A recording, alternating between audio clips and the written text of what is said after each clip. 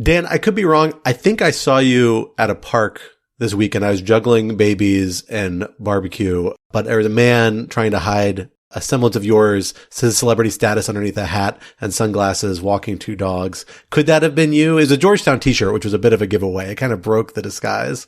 Well, I live in Chevy Chase, and there's actually a statutory requirement that you have to have a doodle if you live in the area. So, yes, that was definitely me. I think Bethesda also has that ordinance. But I also, did I see you in the photo with RFK swimming in Rock Creek as well? Was that you? I could be mistaken. I don't think that was me. I was actually trying to go, and he invited me, but I decided to get my kind of daily dose of pesticides and fecal material elsewhere that day. But I was certainly tempted by the invitation. I do feel like this is a little unfair because the river is a lot better. Generally, the waters around DC than it was like 20 years ago when I grew up here. Because I used to work in a sailing camp in the Potomac and attended it and then worked out for a little bit. And you would end up in the water occasionally if your boat tipped. And it was pretty vile, but I hear it's better now. And so I feel like this is a little unfair. Like it's downplaying some of the progress we've made in DC in improving our waterways. Is the progress from like god awful to awful, or is it I think that's basically it. What could do it? Most improved. That is basically it. We will take it. Look, most improved is a great status. That's the award I got on every sports team I ever played on. The only award. So I'll take it. Way to go, Scott. Thank you.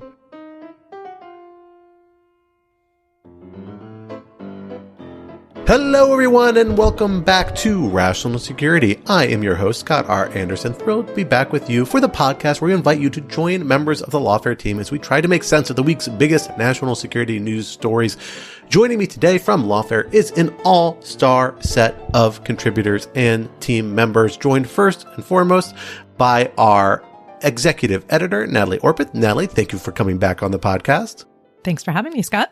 And also our longstanding foreign policy editor and general foreign policy and national security guru, the legendary Dan Byman. Dan, thank you for coming back on Rational Security. It's been a little while. Good to have you back on. Happy to be back.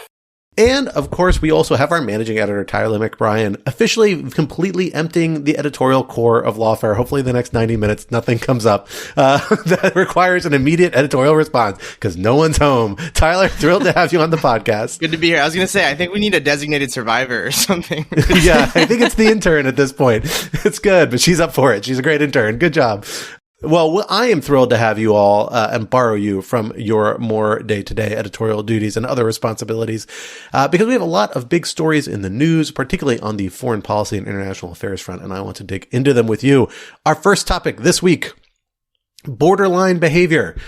A major flare-up over the disputed region of Kashmir took place this past week, leading to a major exchange of hostilities between the nuclear powers of India and Pakistan before they ultimately agreed to a U.S.-brokered ceasefire, one that appears to mostly be holding, at least as of yet, despite alleged violations on both sides.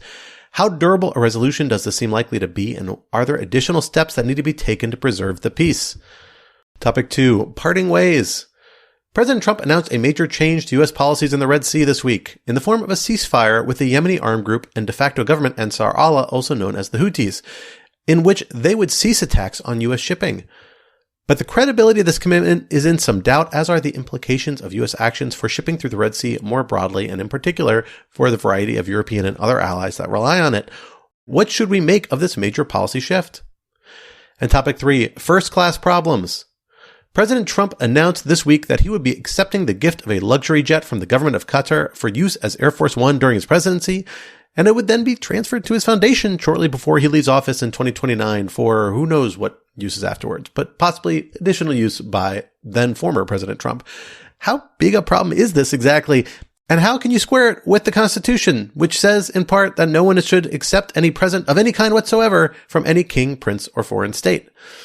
For our first topic, let me dig into a little bit of the events of the last week or two, really the last 3 or 4 weeks between India and Pakistan. It started in late April, where we saw a terrorist attack take place in Indian-controlled parts of Kashmir that killed a number of people, including a number of tourists. The Indian government held Pakistan responsible, hit a number of alleged terrorist sites and terrorist infrastructure in Pakistan a few weeks later in early May. Pakistan, at the same time, fought back and defended itself against the Indian incursion, may have hit some targets in India as well, or at least parts of Indian-controlled territory, shot down a number of Indian jets. They allege 5. It's not clear exactly whether the Indian government has confirmed that or not, at least not from my reading of the reports.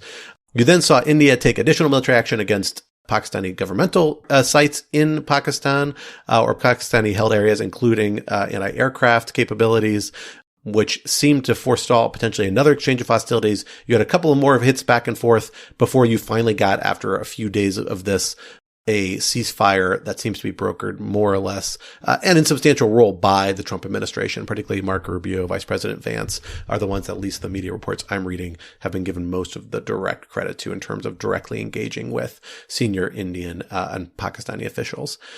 Dan, let me come to you on this first. I know you have been looking into this. I know you had a really useful podcast conversation on our main feed with Tanvi Madan, a senior fellow here at the Brookings Institution who's been looking at this.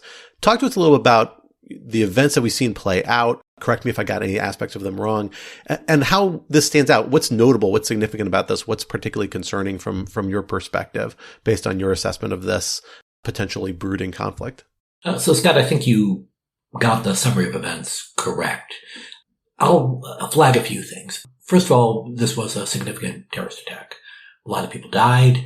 And what stands out in that respect is the willingness, indeed the expectation this time, that India was going to respond. So if we want to go back, really a couple decades, these attacks would happen, and sometimes significant attack on the Indian parliament, others, and India would kind of collectively shrug it off. There would be outrage. But even though at the time Israel was militarily superior to Pakistan, it wasn't doing major retaliations. Well, this time there was an expectation that India would hit back.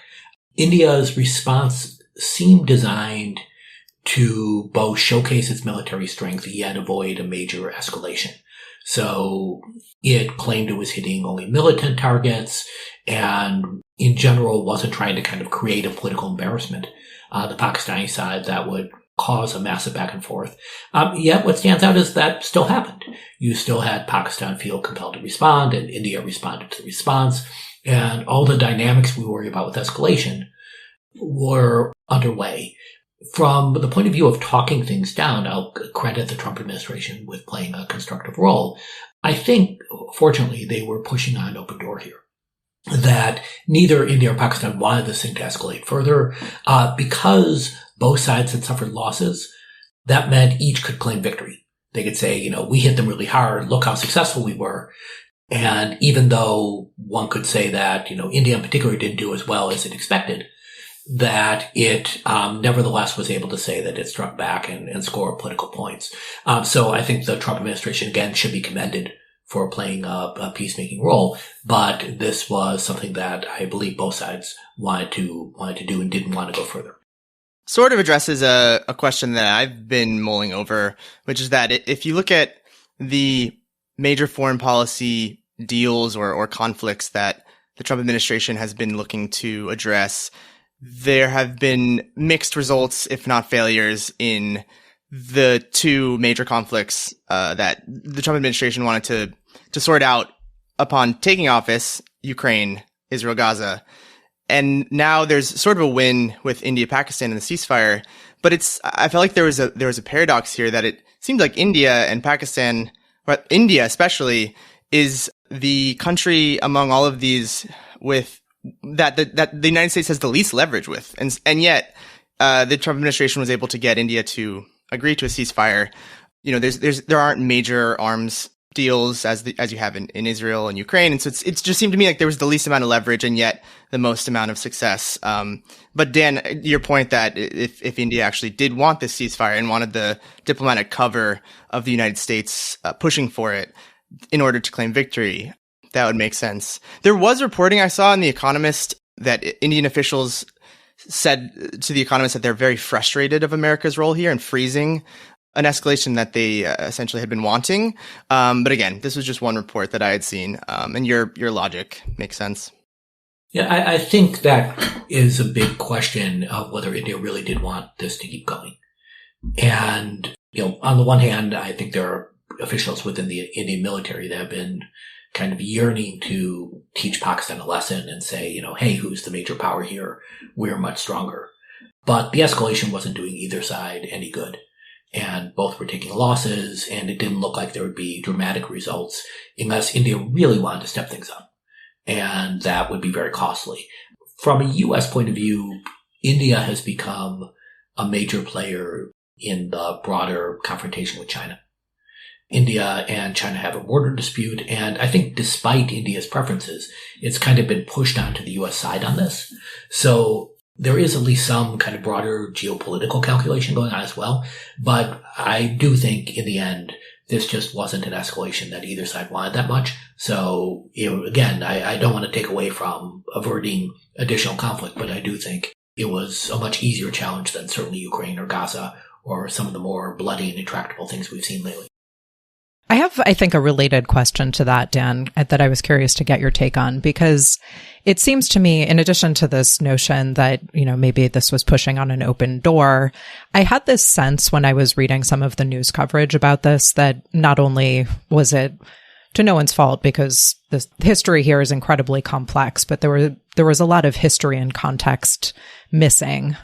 People have the general sense that there's been conflict in Kashmir for a long time, and there are occasional flare-ups, et cetera, et cetera. But I had the sense when I was reading things, are we missing some other important actors, either regional or other allies that have interests in relation to this conflict that were really playing a role as well? Because, one of the things that you look for when a major power is helping to truly negotiate or broker a peace deal is that they actually show up in person and there are sort of sustained talks. And this one, from the reporting happened very quickly over a matter of days, a matter of hours in certain cases. And, maybe that's a factor of how quickly things were escalating and concern, maybe there wasn't time to get people sort of together on the ground, but it seemed a little bit disproportionate to me, the notion of the U.S. role in making this work and just maybe some things were missing from understanding how it actually came together. That's almost certainly correct. And usually when we look back at these crises, we have the first claims of officials and, shocking to all our listeners, but, they overclaim, right? They say, because of my phone call, everything changed. And then we find out that there were a lot of dynamics going on we weren't aware of that turned out to be more important. A question I have related to your point about outside actors, Natalie, is, was there a role for China here? China has increasingly become an important patron of Pakistan. It was always tied to Islamabad. But as the U.S. and China have moved apart, China has increased support and the U.S. leverage in Pakistan has decreased. So was China also pushing in the same direction? Or for that matter, not? And either answer would actually be quite interesting. Or was China really seeing this as not its problem? But China has, for a while now, been trying to work with Pakistan as a counter to India. So it's immediately involved in the sense that it has very high stakes as well in this. Yeah, it's interesting because I noticed buried in some of the reporting that Pakistan is using Chinese military weaponry and such, and India is using Western, which is just a minor point, but perhaps interesting in terms of thinking about the overarching alignment shifts. That actually has been an interesting part of this conflict, a lot of the commentary around it, which is that India was using as part of its military response this kind of new part of this new fleet of Rafale jets. These are French-made fighter jets. I may not be pronouncing. I don't exactly know how to pronounce the name. RAFALE is the company and the model that had been purchased with kind of much fanfare. I think just in the last few years, if I recall correctly, as kind of a cutting edge weapon, of which at least 3, according to some reports, a total of 5 jets. I think 3 of these jets were shot down by the Pakistanis who were using a Chinese fighter jet. And of course, this comes not just with fighter jets. When countries purchase these sorts of assets from other countries, it comes with a really predominant tail where it usually entails training, supplies. It's kind of a long-term security relationship.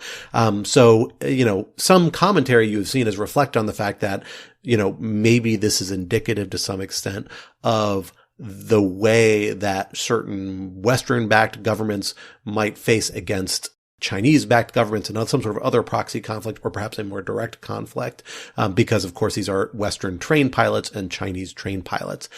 And it's worth noting the stock of the company that makes the French jets really plummeted just in the last few days since its incident, in part because of the perception that it was inferior somehow in its response.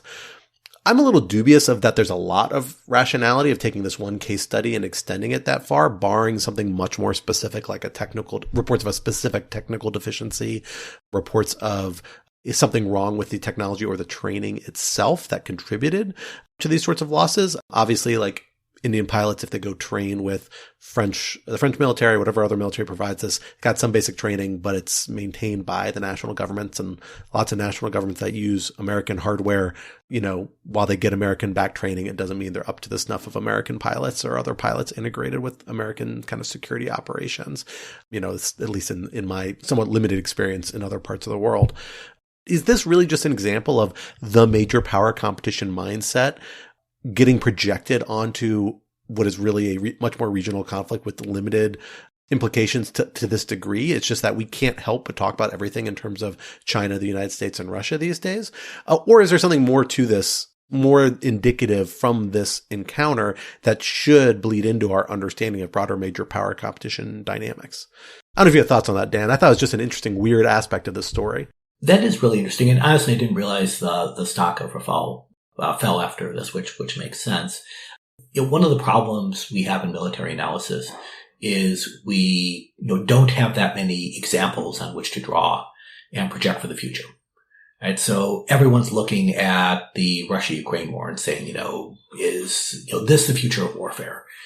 While, of course, both Russia and Ukraine are not the U.S. and China. It'll be a very different operating environment, very different systems involved, very different skill levels of the people using them. But we have this massive conflict and everyone's trying to kind of learn. And then to add to that, of course, we all learn with agendas. So U.S. manufacturers are going to say, look, the obvious answer is don't use French systems, right? While I assume the French will say, look, if we just tweak the electronic countermeasures or whatever we're going to blame for this, our systems are great. And in fact, even better because here's certain ways in which they did well and so on. And in addition to that kind of more, I'll say, company focused take, there is a bureaucratic one as well, which is, this shows that air power is awesome or air power doesn't work and the limits and so on. And we're always trying to learn these lessons. And the real question is just how wrong are we? Are we a little wrong or tremendously, disastrously wrong? And we know that with the next conflict. But yes, there's no question really with almost any of these struggles that we're trying to draw these big lessons. What does this mean for defending Taiwan? Right. And, as we get farther and farther from the kind of local ground truth, the projection error rate goes way, way up.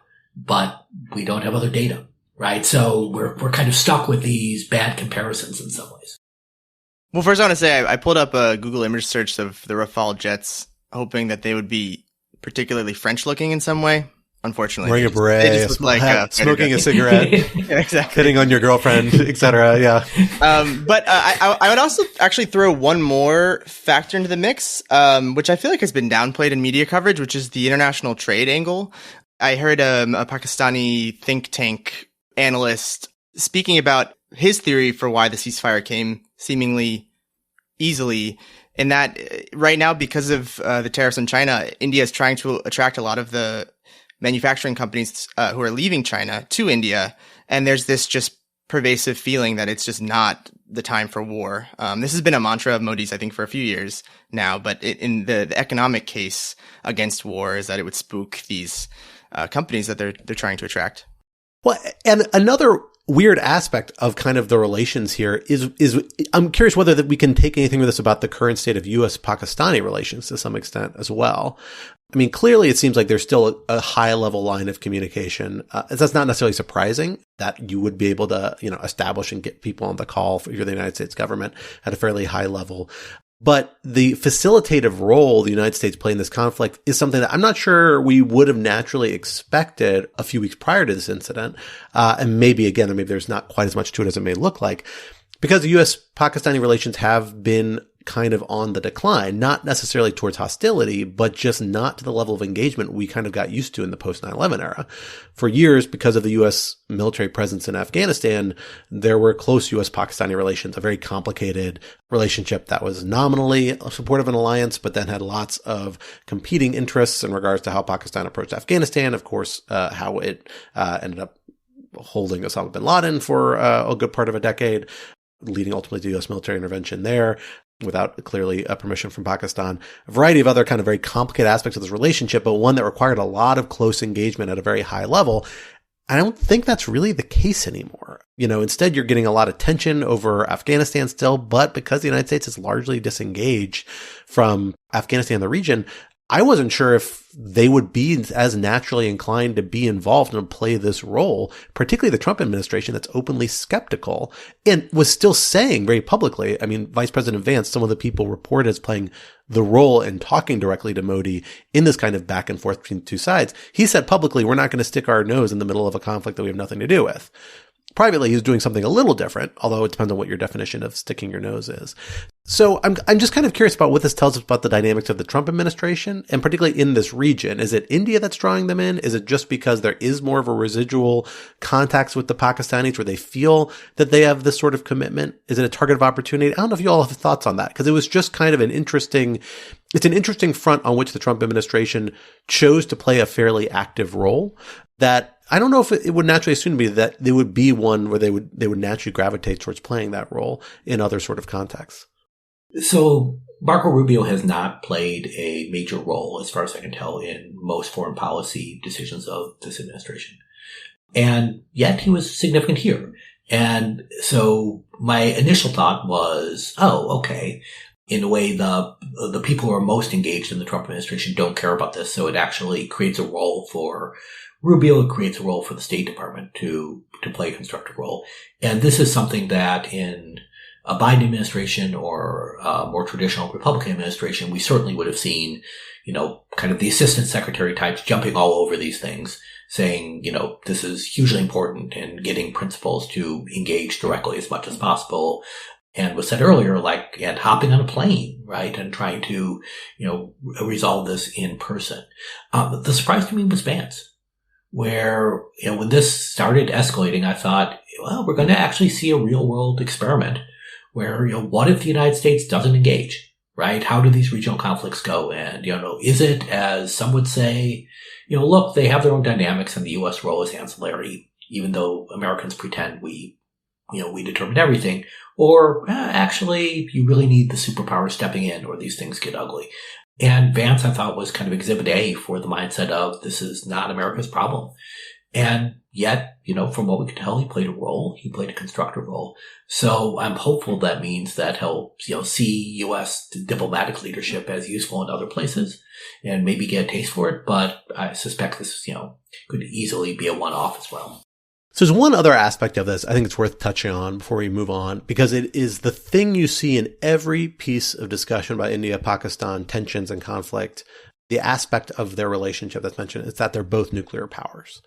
And I think that is always discussed primarily because it really underscores the stake of a conflict, the concern that, any sort of real escalation could eventually spiral to a degree that's truly catastrophic because of the invocation of nuclear weapons. But there is always that counter thesis, right? That kind of deterrence idea that nuclear powers, precisely because they put a huge cost on the upper ends of escalation, the fact that you do have the risk of nuclear conflict, that actually can deter escalation or put a ceiling on the level of escalation that parties are willing to tolerate. My gut response to this, from what I've read on it, is that this might be more of an example of the latter, in that it seemed like there were strong domestic factors on both sides that pushed towards some degree of escalation, and they both did escalate for several days, in part to get, their pound of flesh in response to the perceived transgressions of the other side. And that's a cycle you could have seen repeating, but all of them after a fair amount of back and forth where, as you said, Dan, they can both kind of save face and say, we got our pound of flesh, we got our wins, in addition to whatever else we may have suffered. They both said, well, and now we're done. We're not really interested in escalating this much further. That's not to say that the next step up was nuclear war. Of course, that's like many, many steps before you get there, hopefully, presumably. But I do wonder whether the fact that there is just an upper cap that's so devastating does have a bit of a deterrent effect on how far escalation is likely to go, or the willingness of parties to accept off-ramps to escalation. And it's just an interesting case study of that kind of classic conundrum of the nuclear deterrence effect, to the extent we there is one, or you buy into it. Tyler, do you know anything about escalation?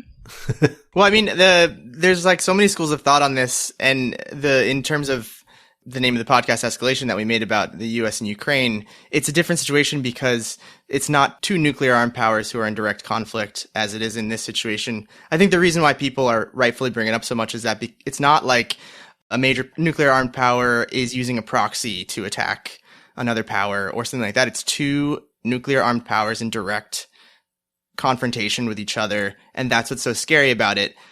But I tend to agree with you, Scott. You know, these are the kinds of things where you're right until you're catastrophically not, and then it happens. But I do think that, you know, the idea that nuclear arms deter any kind of direct confrontation between two nuclear armed states is wrong. Look what just happened. But I agree that I haven't seen any reporting that the use of even a tactical nuke or something like that was put on the table by either military. It does seem like a hard ceiling. But again, I'm saying this very hopefully. Well, I think there were reports that Prime Minister Sharif had called together the heads of the committee, the body in Pakistan that oversees nuclear weapons, and that seems, just on the TikTok of how things developed, that seems to have expedited things quite a bit. But you know, unclear if that's signaling, unclear if it seems like they are responsible for a lot of other weapons systems as well, from what I could tell. So unclear, but that may be a counterpoint to what you were suggesting. I think we don't know. And I think like any other effort to sort of interpret a given situation as demonstrating or not how nuclear deterrence looks, it's really unclear because you don't know what exactly the signals were, how they were being interpreted by the other side, and most importantly, what other variables were at play. Well, this was, of course, a big week for ceasefires because we also saw another ceasefire taking place in a different corner of the world. This is, of course, the Red Sea and areas around, where we have seen a concentrated military campaign by Ansar Allah, also known as the Houthis, the kind of de facto regime in control of big swaths of Yemen, backed by Iran, that has been attacking maritime traffic through the Red Sea, nominally linked to the October 7th attacks and ensuing military operation against Gaza. The justifying rhetoric for this latest wave of maritime operations has been that it is intended as a response to those actions, but not limited to Israeli shipping, American shipping, or even any sort of shipping directly related to the Gaza conflict and the parties there. Instead, kind of writ pretty large against maritime shipping throughout the Red Sea and around the Gulf of Aden area. The United States has been active in pushing back on that militarily, really for many, many years, with a high degree of concentration since the beginning of last year under the Biden administration, where we saw this escalation of hostilities both on the Houthi side in terms of targeting maritime traffic, then a more coordinated military response, ultimately leading to a number of substantial military actions by the Biden administration. You can query how severe they were on the scale, on the menu of potential options, but a significant uptick in what they were pursuing that did not actually ever end any of these attacks on maritime traffic, but did at various points seem to discourage them or, undermine an ability to pursue at least certain aspects of them, at least for short periods. The Trump administration earlier this year said essentially, we are renewing this campaign against the Houthis, who continue to attack maritime traffic, up dramatically the scale of attacks, the scale of military operations and targets, has been pursuing this kind of accelerated pace of military operations for the last month and change. And then this week, President Trump declared it's over on the basis that the Houthis had agreed to stop attacks on U.S. shipping without really making direct reference, at least as far as I can tell, to other maritime shipping through the Red Sea and through this area. And now, as we're getting more reports about what the actual basis for this declaration is, because it's something that we really just had the president's words on from the outset, it's seeming like it might be a little more complicated story. Dan, I know you followed the Houthis and this kind of military campaign as part of your work on the region and the kind of related issues. Talk to us about how big a step this is in this long-standing, at this point, conflict between the United States and the Houthis, particularly in this maritime sort of domain. Is this a game changer, or is this much more of a show on the part of the Trump administration in terms of what they've accomplished? So this is certainly positive, but let me put a few question marks into this. So, after weeks of lots of bombing and months of occasional bombing, the Houthis have made a concession. And it doesn't appear that, outsiders are making dramatic concessions to the Houthis other than to stop bombing them. So there's no massive, provision of aid or anything like that that is a sweetener. And so that is, definitely chalk one up for the use of force. Now, I think the Houthis, kind of got the attention both domestically and regionally that they wanted from this. So I think they were more willing to do some sort of limited ceasefire than they would have been 6 months ago. But that said, again, a success. But the big caveat, of course, is Israel. This deal was announced really hours after the Houthis successfully did a missile attack that hit Israel's main airport. So it went through Israeli missile defenses, an unusual success. If I read the story correctly, I think earlier today there was another attack that Israel shot down. But so the United States is effectively doing a separate deal with the Houthis, which is quite remarkable because, in the past, a lot of the U.S. effort was justified in the name of helping Israeli security. So the U.S. is separating out the protection of maritime commerce from Israeli security and saying, we'll take one, but the other we're not so focused on. I don't want to sidetrack us too much, but this is coming at a time when the U.S. has also negotiated a separate hostage deal to release the one Israeli-American hostage that was still held by Hamas, while there were over 50 Israelis, including 24 still believed to be alive, who are held by Hamas. When the President Trump has had what seems to be a very positive relationship with Ahmed al-Shara, the new leader of Syria, who Israel still sees as largely, tied to his terrorist past. So there's a lot of divergences coming up.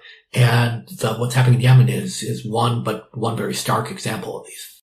I'll just say al-Shara, who Trump today, I believe, called handsome and has a, quote, very strong past. Well, he also described the Houthis as having been very brave in their opposing a military action. So there's it's this interesting Trump thing where he you can take it in a good light or a bad light. He's always generous with the compliments when you've come around to his side of things. You've reached agreement on these things. I'm really curious about the kind of the sequencing of Trump administration action and Houthi actions here, because as I recall, we saw this big surge in Houthi military action up until particularly the March kind of last year. You then saw a drop in the scale of Houthi attacks. I don't think it ever stopped entirely, because we saw kind of a bit of a detente between the Biden administration and Iran, an effort to kind of, we saw that spike in hostilities, particularly after attacks on Israel by Iran, Israeli attacks on Iran. That kind of fed into the sense that, okay, we need to lower the heat in the region. There seemed to be a decline in at least the emphasis on these attacks and corresponding U.S. military operations. Then we actually saw earlier this year, when we saw the ceasefire in Gaza take place, the Houthis say, we're going to stop attacks on maritime traffic altogether. And then it was in March that they threatened to bring that back on when it seemed like the ceasefire was falling apart. Phase 2 had never really kicked in of the ceasefire plan. The Israeli government is shutting off assistance again to Gaza. And the Houthis said, well, we may kick back up maritime operations, did engage in some maritime operations. And that seems to, at least by my reckoning, have kicked off this stronger Trump administration response, which now is coming to a bit of a close. So it confuses the picture a little bit, because you could read this as one way of saying, well, maybe this is like some degree a win because you've gotten the Houthis to break off at least the treatment of U.S. shipping and U.S. back shipping from the Gaza conflict. So maybe that's to some extent is a victory and might even lower pressure on the Israelis in Gaza because you've separated those two things from a pressure point. But, I think your point is well taken, Dan. Like, this puts Israel a little bit out on an island in terms of its own security risks and exposure to the Houthis, at least, which is not maybe the most direct and substantial threat to them, but a notable one, a significant one that is real, as we've seen a few times in the last week or two, from these attacks. The part of this I'm not clear on is the actual implications for particularly Europeans, right? The other people that were in the security umbrella. This has always been a U.S. military operation aimed at securing maritime traffic generally, not just U.S. flagged vessels. And it's not clear to me where they fit into this picture. I don't know if any of you guys have any more clarity on it. This is especially notable because we know when this military operation started a month and change ago, from the Signal Gate chats that have leaked, Vice President Vance, among others, said, I don't really support doing this because I think Europeans need to bear a bigger share of the burden. So is this Americans breaking free of the security coordination with Europeans around this to focus on their own shipping? Or are Europeans fitting into this deal? Do we have a sense of that yet? I have seen no reporting on the extent to which Europeans are part of the deal or not. I mean, it is, to add a dimension to what you were just saying, Scott, the U.S. shipping pales in comparison in terms of quantity and expense to European countries. So the deal to avoid U.S. shipping vessels is good for the U.S., but is it good for anyone else? But I think this also speaks to the bigger question of how should we understand this deal? It hasn't been very much time since it was announced. It's not clear what it's going to look like. And in particular, as everyone's been saying, it's not really clear what any side got in this other than a promise to stop, which is good in and of itself, right? But usually when you reach a ceasefire, it's not just because both sides want to stop shooting things. It's because they've agreed to some sort of compromise where each of them gets something. And it's, at least in theory, trying to get at the underlying issue that led to the escalation to conflict in the first place. And here, to the extent you understand the Houthis' motivation to have been raising protests to Israel's conduct in Gaza, nothing about that has changed. To the extent you saw it as the Houthis trying to push back on, or trying to sort of show a role of strength in the context of U.S. and Western interests, that hasn't really changed. We actually, from the U.S. side, have a pretty remarkable about face with respect to how Trump has been portraying the Houthis, this very, very complimentary sounding rhetoric now. And if you go back 30 days, the United States military was going to annihilate the Houthis. And it's not just the about face in terms of the rhetoric about them. It's also that the military failed to annihilate the Houthis, if that was actually the goal. And maybe the goal changed as things were underway, but it is worth pausing on the fact that the U.S. put a tremendous amount of resources into these bombing campaigns. It cost over $1 billion. There were protests being raised by members of the military who were concerned about depleting U.S. resources, particularly given concerns about redeploying things that may be needed in the event that China invade Taiwan, and all sorts of other objections to this really dramatic bombing campaign that didn't work on the time frame anyway that would have been required, according to experts who had come up with the idea that this should happen in the first place. So it was like looking for the military to accomplish things that even the military said it couldn't do, and then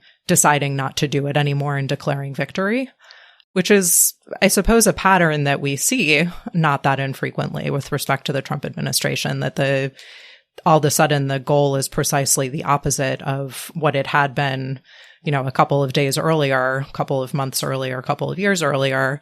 And there is sort of an unapologetic transition to the opposite and then declaration of victory. But I think that dynamic is really at play here. And all of those factors make me feel not all that confident that this is going to hold in any meaningful way. And even if it does with respect to U.S. vessels, it doesn't do much else to decrease the regional threat or the threat to other actors around the world. I can never tell if this is a great strength or a great weakness of President Trump. which is his embrace of inconsistency. The kind of outside analyst in me goes nuts with this, right? Because, you set goals and you try to measure them. Do you achieve them? And, that's the sort of thing, people like me write countless op-eds about is, President Biden declared he intended to do X, Y, and Z. And 6 months later, we see, falling short on his third goal. And Trump, truly does not care about what he said yesterday. And, just to take a dramatic example under President Obama, he very famously issued a red line in Syria and then didn't back it up. And that was the subject of kind of innumerable, sessions of criticism and political attacks and so on. And, Trump, puts massive tariffs on China and then, we'll suspend them even though China isn't making major concessions, right? And he's just fine with that. And he doesn't suffer the political backlash that really every other politician would suffer. And it's in a way amazing. It's kind of infuriating at times, but it enables tremendous flexibility. And at the same time, if I were a U.S. ally or partner trying to figure out, what is U.S. policy and what will it be in a week is just an impossible task. Yeah, I think Trump is often the victim of many logical fallacies, but one fallacy that I think he really doesn't buy into is the sunk cost fallacy. I think he kind of set his own deadline. He saw after 30 days that the U.S. burned through $1 billion, that planes are falling off of aircraft carriers, that the Houthis almost shot down an F-35. He's like, this is not working. He doesn't see the Middle East as this venue of the clash of civilizations or this great struggle between autocracy and democracy. He sees it as probably largely a lucrative market, and many potential business deals. And this is bad for the bottom line. And if it's not working, no matter, I don't really care what I said yesterday. Let's change it. And again, it's maybe a win. It doesn't make the U.S. look good in any way. I think he could have easily announced this win on an aircraft carrier with a mission accomplished banner behind him, and it would have, had the same effect. But I completely agree, Dan, that he's not beholden to what anyone said yesterday, let alone himself. Well, and there's a second predilection for Trump that comes into play here, which I think is also a double-edged sword in a similar way, which is that he also just has a very low tolerance for committed risk or maybe for enduring costs for this sort of military operations for an extended period of time. I mean, generally, I would say he's generally a fairly low risk person, right? Like he doesn't seem super eager to authorize or engage in military activities that's seen as having a risk. But then you have a couple of prominent counterexamples like the Soleimani strike, right? Back in 2020 from the first Trump administration, where it was an extremely high risk maneuver that prior administrations had avoided precisely because it was seen as so risky and potentially escalatory. But setting those aside, he generally seems a little reluctant to undergo those. And then he's not really willing to bear much pain or costs for broader strategic goals, particularly on the military front. So here, this was the renewed military offensive, at least according to reporting in the New York Times, that he approved in March, had its origins in a plan by military officials they've been pushing for a while. That was a 120-day campaign to achieve objectives. And Trump is the one who pushed it down and said, I'll give you 30. That is not super encouraging in the first place. And then you have apparently a pretty sharp pivot in policy based off of, this assurances provided by the Houthis, which again were communicated through Oman, usual interlocutor, as part of broader negotiations with Iran. It's not clear to me. Certainly the reporting does not make it sound like a lot of stress testing or reinforcement was put in place before they bought into this offer. It seemed to be a pretty sharp policy pivot aimed at curbing these costs. And you think about situations like, military operations in Iraq and Syria after the Soleimani strike aimed at Iran-backed militia groups there that went on for a little while, but largely eventually ended up winding down, somewhat because of COVID, somewhat because of change of regional posture, but nonetheless didn't become the kind of concentrated escalatory campaign some people were pushing for. You think of his approach to Afghanistan during much of his first term when the U.S. military presence was still there. And a lot of these environments, Trump really just does not seem to be willing to bear the costs of longer term military engagements. He's willing to sign off on them for the short term at the front end when those costs haven't actually accumulated. And when he feels them, he backs away from them. If you don't like U.S. military involvement overseas, if you think the United States tends to lean too hard on that, that might be a virtue in a lot of contexts, right? And certainly if you're worried about the United States kind of being led by somebody who's a little mercurial, maybe it's good that if he's mercurial in a direction that leans towards less use of military force.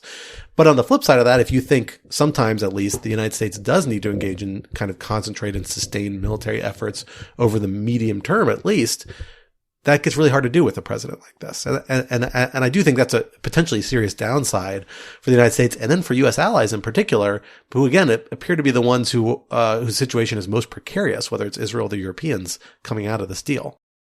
Yeah, I want to make 2 points about how we should think about this with respect to foreign policy. And that is, number one, that I think it reflects what is likely a lack of, or at least a question as to whether there is any sort of coherent foreign policy that goes anywhere past the moment. And the immediate question of, do we spend more money on this military campaign? Do we deploy our troops? Do we enter into a sustained engagement of some sort in the Middle East?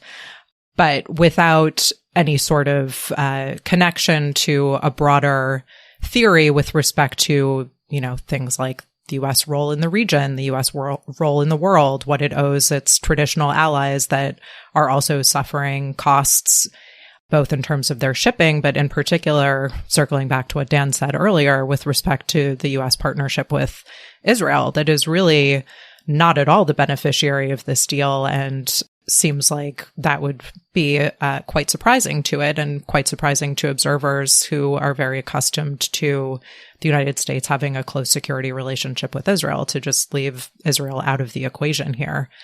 And the second thing that I think this reflects that we need to think about is a process question about foreign policy, which is that from the reporting, and again, it's hard to know from the outside, et cetera, but from the reporting, it really looks like this came up, as you said, Scott, through the Omanis in the course of negotiations between the United States and Iran, which, side note, is another thing that Israel is very unhappy about.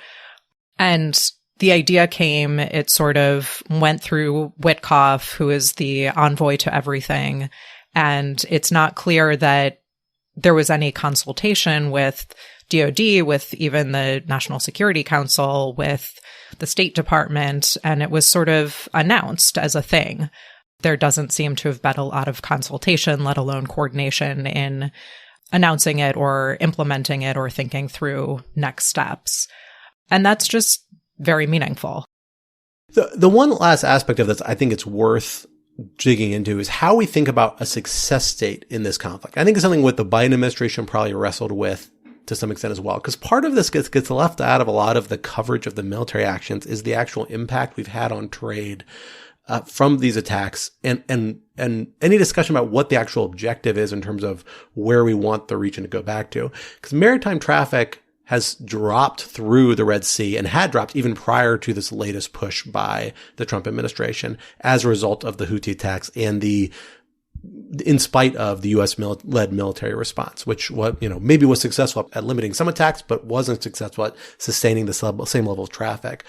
Some numbers I pulled up, these are from February this year, noted that you've seen an overall decline of more than 50% of vessels. You've seen an 85% decline in bulk carriers. These are like larger carriers, I believe, of cargo. LNG carriers had dropped by 92%. Crude carriers had dropped by 42%. General cargo had dropped by 24%. That probably means it's a big shift towards like general cargo, which I think are generally smaller, more navigable and more agile ships, and maybe less easy targets for the Houthis to some degree because they're a little faster and smaller and maybe draw less attention. So you're already seeing a huge amount of traffic get rerouted all the way around the Horn of Africa, which is the alternative route to European and Western markets to and from, I should say, that would otherwise go through the Red Sea and the Suez. So what is a return state then? Is this policy successful until you see a situation stable enough that traffic actually returns to, pre-conflict levels? I kind of think that should be the goal. And that's going to require, I think, a lot more than a tentative ceasefire. That's going to require some sort of proactive diplomatic and security engagement that provides enough security to shippers that they're willing to go back to those routes. They certainly have the economic incentive. I think it's a lot more expensive, as I understand it, to go back to the Horn of Africa, but those costs now are already substantially built into consumer costs. So my sense is that like the Trump administration will be able to get away with the status quo for a while because it's not going to be experienced as a change. It's already built into the costs that a lot of us are experiencing economically. But I'm not sure that's the right way to frame it. I mean, I really feel like if you want to actually preserve maritime traffic, you got to aim for a return to kind of status quo ante, which would be, twice the maritime traffic currently going through the Red Sea. And I'm just not sure how you get there, but I'm not sure the incentives are there to push the Trump administration in that direction. Yeah, I tend to agree. I think one of the reasons why it's been hard to sell the American public on this conflict, because a term like freedom of navigation sounds very stratospheric and almost like something from the 18th century or something like that. And it just doesn't seem like a good rallying cry around which to build public support for a military campaign. Well, our third topic for today keeps us in the same region, but takes us to a slightly different sort of agreement. And that is one of these very kind of multitude of strange and interesting agreements coming out of President Trump's trip to the Middle East this week, some more of which I think we will have reason to tackle next week on the podcast. For this week, we're going to tackle one of the strangest ones. This is the seeming agreement by President Trump to accept a Qatar Airways jet, a luxury jet, a jet that apparently has few parallels in the level of luxury it provides, that the government of Qatar is gifting to the United States for use as a new Air Force One. The current two planes used for Air Force One are 30 to 40 years old. There has been a contract with Boeing that was a point of continual tension and frustration by President Trump during her first time in office to replace them, that Boeing is currently behind schedule on. It was supposed to be done by 2022. I think now they're aiming for 2028 or 2029. But nonetheless, they have this, instead, we have this alternative arrangement that President Trump appears to have pursued, where he's going to accept this jet from Qatar Airways, convert it for use as Air Force One, and then at the end of his time in office, it is going to be gifted to the Trump Foundation, Presidential Foundation, which will then be able to do whatever it wants with it, but very well may make it available to former President Trump for his personal use, I suspect.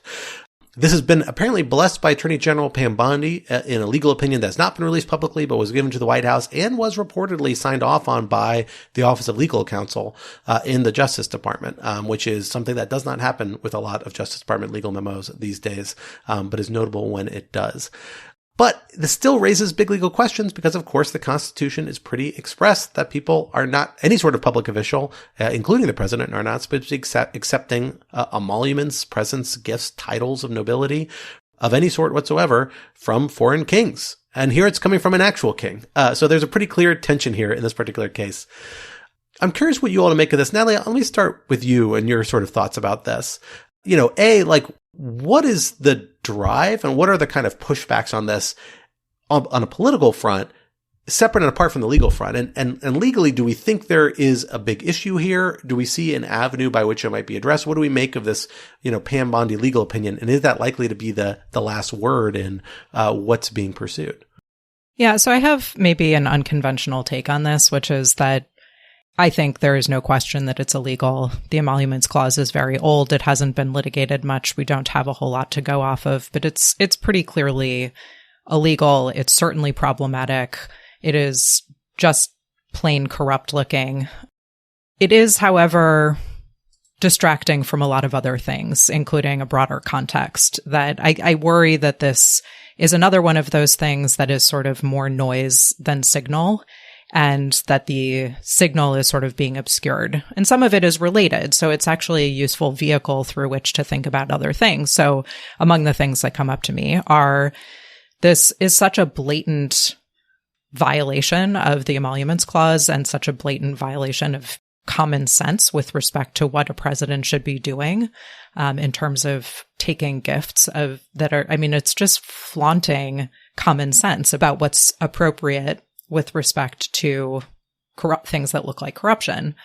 But that all takes place in the context of the Trump administration has also done things like essentially ended enforcement of foreign corruption laws and dismantled the kleptocracy initiative, which had been specifically going after foreign corrupt actors in the United States. And by the way, we have a very good article by Alexis Loeb on the Kleptocracy Initiative, because that is one of those things that flew very much under the radar. And to people who have been involved with concerns about foreign corruption, it was a very big loss. So that's, one set of issues that this raises, but sort of also obscures from if you're focusing too much on the specifics of this one deal. Another one is just the fact that the president's first trip as president in this term is to the Middle East. And again, sort of echoing some of what we were talking about before, it's not really clear what the foreign policy objective is here to the extent there is a coherent one, other than it looks like a lot of the goal is to be able to announce a lot of deals. And so maybe the foreign policy objective is to be able to flex some muscle in terms of being able to find financially advantageous relationships and arrangements with foreign governments, but that still doesn't sort of answer the question of why what is traditionally considered an important signal of what the United States is prioritizing with respect to its foreign policy should be the Middle East. The other set of things that it sort of obscures is, this announcement about the plane came at about the same time that Stephen Miller said that they're considering suspending habeas, which is itself its own distraction because I don't think there was any reality to that. But that evokes all of the other issues of what the Trump administration is doing here at home that are just apparently blatant violations of common sense and the law here with respect to due process. And the announcement, this also came at the same time that the Trump administration announced that another Fox News host, Jeanine Pirro, would be appointed as interim U.S. attorney for the District of Columbia. So I don't know if that is a helpful way to think about this plane, in that it's worth pausing on it, but actually thinking more about what's behind it. But that was my take. I think those are all very fair things, and there's clearly an optics and a policy problem on this particular front, and an overarching legal problem. But I think I have stumbled across and figured out what this Pam Bondi memo says, which I will share with you. I'm not sure it's persuasive necessarily, but the fact particularly that it was signed off by Office of Legal Counsel attorneys, if that is in fact true, I thought was interesting because it does suggest that there is some argument credible enough that the attorneys that are very good attorneys who work in that office will be willing to sign off on. And I suspect their argument is going to come down to a statute at 5 U.S. Code 7342, subparagraph C, for those reading along at home. It is a provision that allows for the acceptance of gifts above a minimal value. It also accepts gifts below a minimal value, but this is, needless to say, quite above a minimal value, where the refusal of the gift would likely cause offense or embarrassment or otherwise adversely affect the foreign relations of the United States. And it allows the gifts to take place where that happens, except that the gift then has to be the United States, not to the individual in question. And that sounds a lot like what Bondi's proposing here, right? Like, we know the jet becomes the property of the United States, not Donald Trump himself, although it then transferred to his private library. Which, by the way, how is that enforceable at all? That's the question that I have. I can get how the transfer from the Qataris is signed off by the statute. And the Foreign Emoluments Clause, remember, it says you can't do this unless Congress approves it. So I can see how they can read the statute as covering the situation, in part because the determination of what causes offense or embarrassment or would harm U.S. foreign relations is the sort of thing that, like, courts are going to defer the executive branch on, and particularly the president on. And I'm sure the attorney general will be comfortable signing off saying, yeah, your determination on that, even though it seems pretty facially obnoxious here, is probably something that's going to carry with water with the courts substantially. I don't know. They might have to also think about the fact that that's the logic in terms of stifling the First Amendment rights of foreign students located in the United States and deciding that they can be deported for it. Sure. It is absolutely like a degree of deference that's under heavy strain, in part because of its use and stretching to the limits by this administration in a lot of contexts. I think this is another example of that. Like, this is a classic application of this administration's inclination to take its statutory and constitutional authorities and push them to the absolute limits in ways that seem facially problematic from the policies underlying a lot of these legal authorities. And this is a clear example of that. I can see how they would come up with this legal argument, and it's something that passes enough muster that if the president really wants to do this, someone will put it on paper. I'm not sure how you get from transferring it to a private foundation. I'm not sure how a private foundation can then make it available to a private individual at cost or at cost free, consistent with being what I'm assuming is a 501c3. Those are big questions for the future Trump Presidential Foundation or current one. I don't really know. And I don't know if Attorney General Bondi would weigh in on that. But I suspect there is this loophole here they're using from a particularly statutory basis. It's just not very satisfying. And it clearly is so contrary to the instinct of the law, and not to mention the Constitution, that it's just a problem. But not in a way that I think is legally cognizable. I think people are saying, why don't we sue over this? While there might be other things subject to emoluments clause litigation, which we can get into, like, business deals with the Middle East, crypto deals, stuff like that. I'm not sure this is actually the best target of that. Yeah, I agree with that. And I want to hear from Tyler and Dan, but I do just want to say, as I've said in the past on national security, lawyers are trained to be able to make arguments for really, really pretty facially absurd things. There are always fancy arguments that you can make, and this one is unsatisfying because it's silly. But even if you are to give some credence to creative legal analysis, let us say generously, this is just silly. Regardless of how it would look to a court, regardless of how persuasive you would find a memo, there are 2 Air Force Ones that are currently being produced by Boeing here in the United States under a contract that President Trump created during his first administration. There is no imminent need for the United States to get a new Air Force One, let alone from the Qataris. It's not really clear why this is so important that you would need to make these really, as I said, absurd legal arguments. Whether or not they would pass muster, I don't know. Actually, I do know. I think it's absurd. I don't think they're going to pass muster if they ever get before a court. Whether they get before a court is a much different issue. I suspect you're right, Scott, that there is no way to present it squarely to a court. But again, the law is actually not the important thing here. It's just silly. It doesn't matter. Being able to legally justify it does not give it any sort of veneer of legitimacy, and it shouldn't. I completely buy into both premises that this is baldly, egregiously corrupt, very likely illegal, and also a distraction. But I think I maybe reach a different conclusion. I don't think you're saying at all to ignore this. But I think quite the opposite. I think because it's so in your face, egregiously corrupt, it's such a material thing that you can see a photo of, that because of that, it's such an easy thing for the Democrats or any sort of resistance to just grab onto and never let go, just because it's so absurd on its face. It just like the headlines are just so mind numbing. There's an NPR headline that says, ethics experts worry about the implications of Trump accepting Qatar's luxury plane.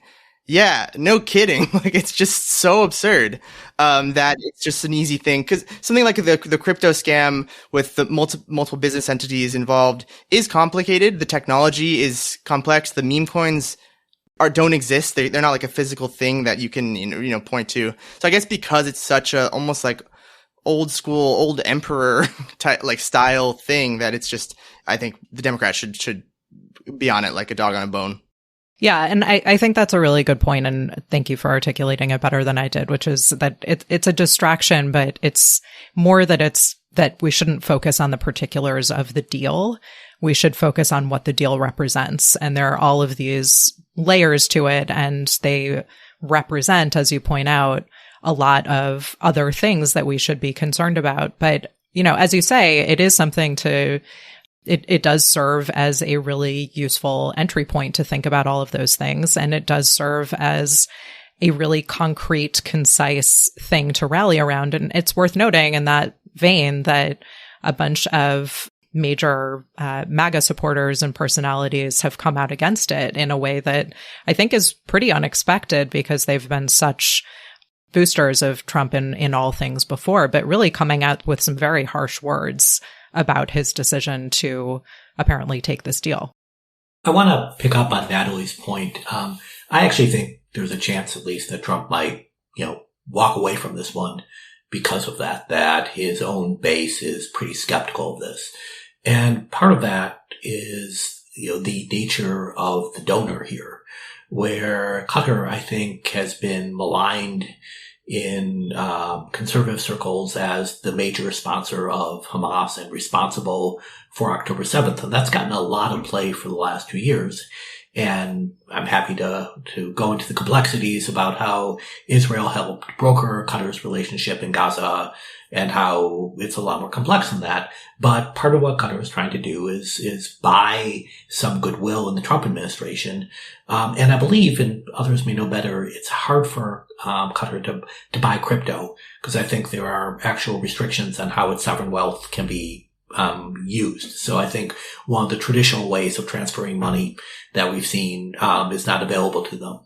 And so it's not just that there's a foreign government that is blatantly trying to buy the goodwill of the President of the United States, but it's this particular foreign government I think rubs a lot of Trump supporters the wrong way. And so to me, the kind of political blowback is something that may register, but it's always hard to tell.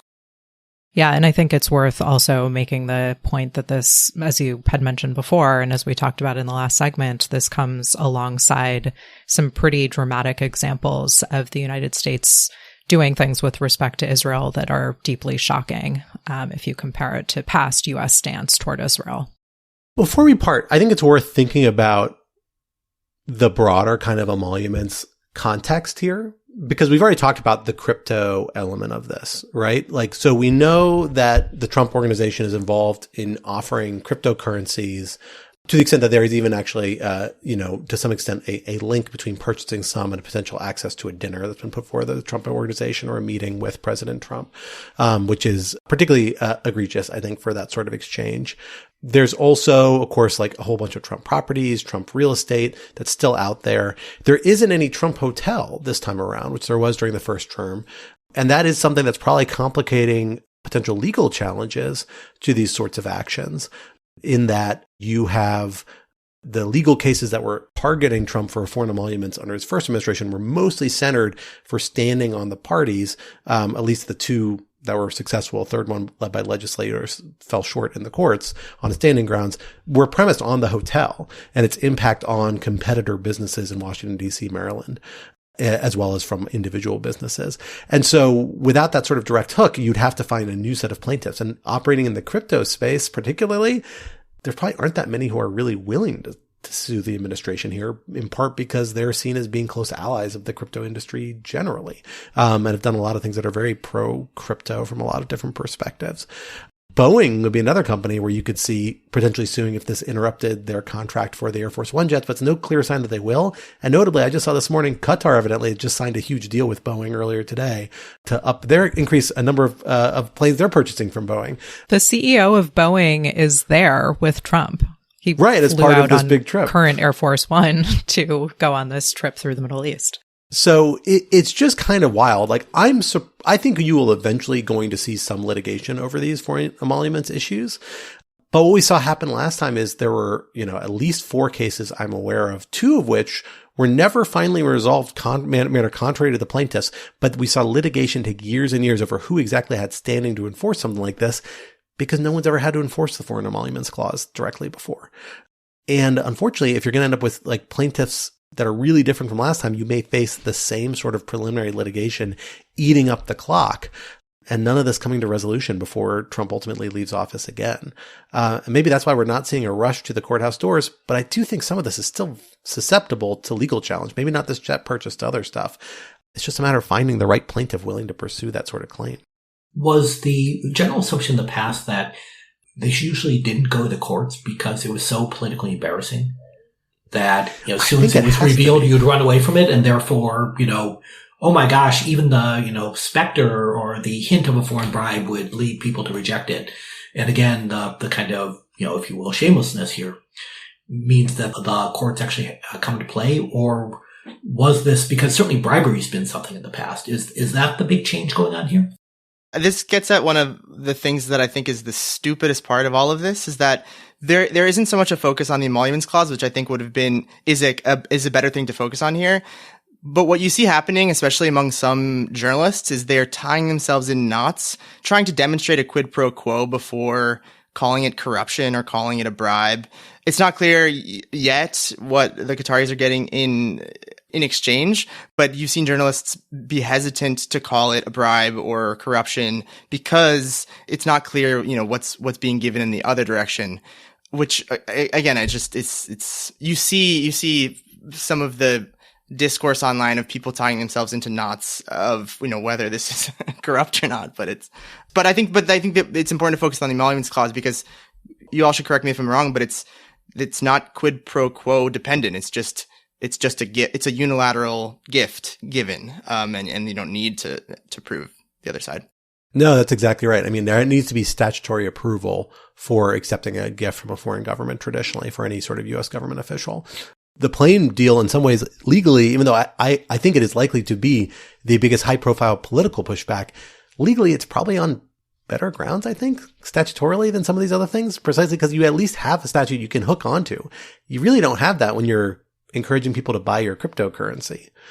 So, I don't know. It is a weird terrain of political and legal incentives in this space. And, the Trump administration is dabbling in it again, but it's kind of improved its game from last time. Like, it's doing it in ways that aren't falling into the same pitfalls that did propose legal pushback last time and political pushback. And although this one, precisely because of the amount of attention and kind of bipartisan fur it's kind of stirring up, maybe this is a big misstep that they're going to end up regretting or taking back.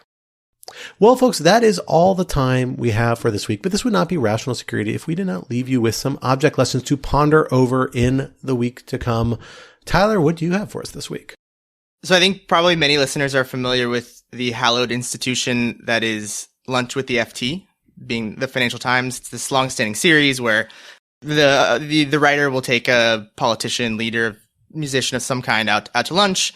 It usually engenders some ridicule because of some faux pas inevitably happens. But the FT did something different, I think, with the latest Lunch with the FT with Sam Altman of OpenAI, where an author named Bryce Elder wrote for the FT, which is sort of a meta look at the Sam Altman lunch, where poor Sam Altman was just wanted to cook a garlic pasta in his Napa Valley farmhouse. And this article, which is innocuously titled 3 Things We Learned About Sam Altman by Scoping His Kitchen, is basically just a forensic takedown of 3 different items in his kitchen. And they managed to also make it a takedown of generative AI and, in general. And it's just, it's pretty savage and a pretty interesting FT on FT violence, perhaps. But it's just a great send up. It's well done. No one snarks like the British snark. I'm glad they're getting a little bit in their own crosshairs. I think it's the only way to keep things fair. Natalie, what do you have for us this week? Well, I am not Catholic, but I am from Chicago, as I have mentioned probably each and every time I've been on Rational Security. I have been quite delighted in the follow-on effects of Pope Leo becoming the Pope, which, as pertinent to me, involve a lot of inside jokes about my favorite city and a lot of just absolutely hilarious to Chicagoan sorts of disputes, like the Cubs fans going out in front and claiming that the Pope is actually a Cubs fan, and his brother having to call in to correct the record that he's actually a Sox fan. Because for those of you who don't know, if the Pope, having grown up on the south side of Chicago, was a Cubs fan, it would have been a real difficulty for the people of Chicago. The other little story that I've enjoyed, which is, to be fair, not specific to Chicago, but is that it turns out that the Pope's childhood home was for sale at the time that he was elevated to Pope. And it was listed. I think it had been listed for a little while. And then somehow someone figured out that, in fact, that's where the Pope had grown up. And the poor guy who's selling it took it off the market to try to figure out what he should do with it, either take any of the offers that had started, unsurprisingly, pouring in, or make it into a museum or what. But I'm enjoying all of these stories about my hometown. And also, I got Lou Malnati's pizza for Mother's Day, so I'm pretty excited. I'll just say I've started, instead of saying, is the Pope Catholic? I've started saying, is the Pope from Chicago? as a way to say yes. Does the Pope eat fried ravioli and casserole passing his pizza? I think is the general Scott, don't question. start with me. I like deep dish pizza. I'm a defender. I'm just saying, as a matter of course, Italians do not feel that way. And I'm very curious. That is the culture clash number 1 coming down the pike. Well, I will say, as we're talking about something American that's good make its way to Italy. I'll talk about something Italian that's good that's made its way to America. I went out for a lovely dinner with my family last week. My son, having behaved half decent at dinner, insisted on a treat. I am spoil him mercilessly and had to decline. So we went to get ice cream next door at Dolcezza, which evidently is a DC chain. I thought it was like a national thing. It's just DC. Very good Italian gelato, but they have something I had not had before that is amazing that I have to encourage. And that is affogato, which is essentially just espresso on gelato. It's amazing. And I did it with pistachio gelato, which was truly an amazing flavor. My wife did it with hazelnut. The kind of like nuttiness with the espresso is amazing. But the thing that really tops it off, because I've seen this on menus before, I've never been able to get it anytime because if I drink caffeine past noon, I'm up for like 3 straight days and it's a disaster. They have decaf espresso at Dolcezza. And that is like the really revolutionary part of this. You can actually pleasantly have it at night. I went and then had a decaf Americano because I just really like coffee and I can't drink it past noon and that makes me very sad. So I highly recommend it. So Dolcezza makes my gold star list this week. Highly recommend it for you're in the DC area. There may be other companies that are serving affogato, and particularly decaf affogato around the country. So if you're not in DC, try that out with some pistachio or hazelnut or other gelato. It was really phenomenal. It's like my favorite thing I've ever had. The one thing I'd maybe top it off with, I think I want to sprinkle salt on it a little bit, like some flaky sea salt, just to bring the savoriness out a little bit. You do that in coffee. It's amazing.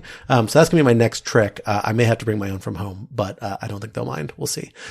And with that, Dan, what do you have for us this week? Why don't you bring us home with your object lesson?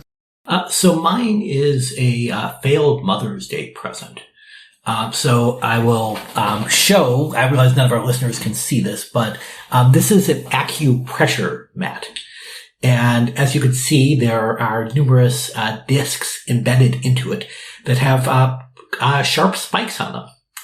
And my wife's actually quite rational question was, do you hate me so much you got me a torture device for Mother's Day?